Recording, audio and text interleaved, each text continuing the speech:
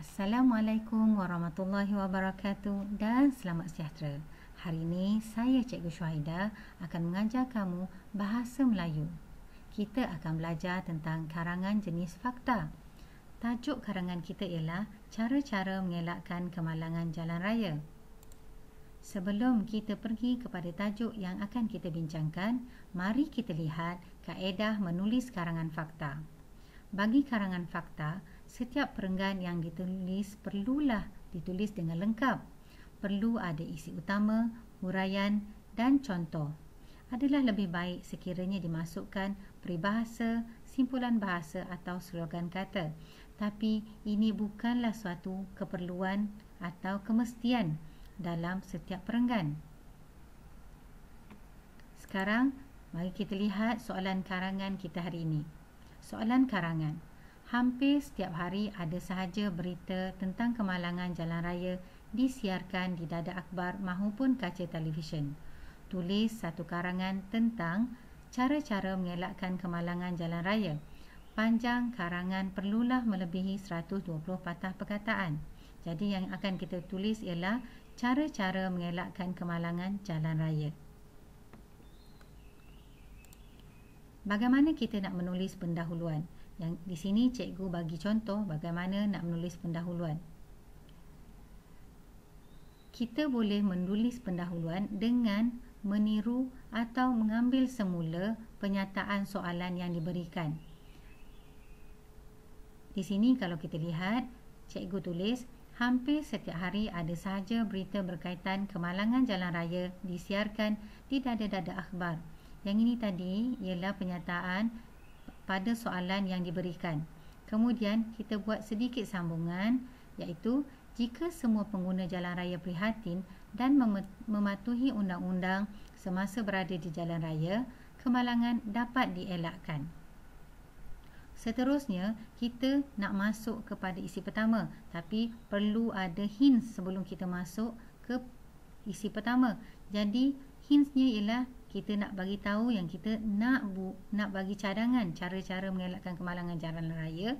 Jadi kita tulis, terdapat beberapa cara bagi mengelakkan kemalangan jalan raya daripada berlaku. Jadi lengkaplah pendahuluan kita tadi. Jadi saya baca semula pendahuluan yang lengkap untuk karangan ini. Hampir setiap hari ada sahaja berita berkaitan kemalangan jalan raya disiarkan di dada-dada akhbar. Jika semua pengguna jalan raya prihatin dan mematuhi undang-undang semasa berada di jalan raya, kemalangan dapat dielakkan. Terdapat beberapa cara bagi mengelakkan kemalangan jalan raya daripada berlaku. Sekarang kita masuk pula pada isi pertama. Isi pertama kita ialah mematuhi undang-undang dan arahan lalu lintas semasa di jalan raya. Poin-poin ataupun beberapa frasa yang diberikan ialah tidak memandu ketika mabuk, di bawah pengaruh dadah, khayal, tiada tumpuan menyebabkan kemalangan. Kita boleh menulis begini. Sebagai pemandu atau sebagai pengguna jalan raya, kita perlulah mematuhi undang-undang dan arahan lalu lintas semasa di jalan raya. Pemandu atau pengguna jalan raya tidak boleh memandu dalam keadaan mabuk dan di bawah pengaruh dadah. Mereka juga perlulah memberi tumpuan dan tidak berkhayal. Keadaan ini boleh menyebabkan kemalangan jalan raya. Kita tidak semestinya meniru bulat-bulat frasa yang diberikan. Apa yang kita boleh buat ialah cuba sambungkan frasa-frasa yang diberikan dengan kata hubung yang sesuai, dan kita boleh menambah atau mengurangkan frasa yang diberikan sesuai dengan karangan yang ingin kita tulis, dan gunakanlah imbuhan yang sesuai semasa menulis setiap ayat pada perenggan yang kita tulis. Untuk isi kedua pula ialah kenderaan perlu diselenggara.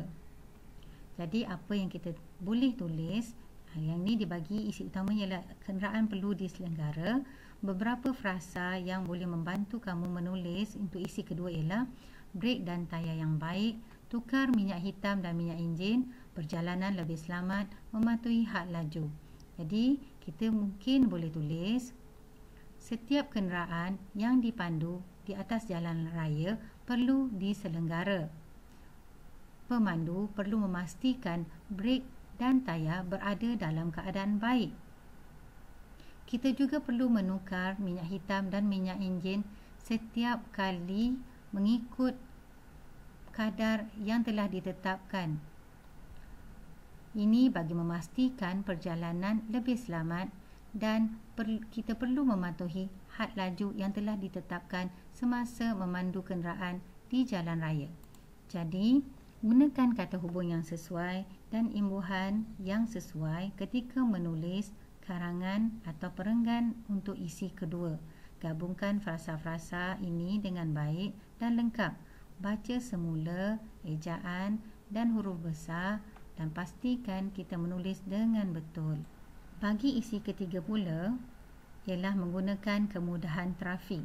Frasa-frasa yang diberikan ialah jejantas, lintasan belang, mematuhi lampu isyarat, mematuhi had laju, memandu dengan berhemah, menghormati pengguna jalan raya yang lain. Kita boleh menulis untuk isi ketiga iaitu setiap pengguna jalan raya perlu menggunakan kemudahan trafik yang disediakan. Antaranya, bagi pejalan kaki, gunakanlah jejantas dan lintasan belang untuk melintas jalan.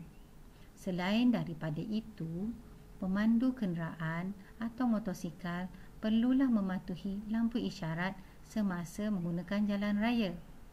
Mereka juga perlu mematuhi had laju yang telah ditetapkan.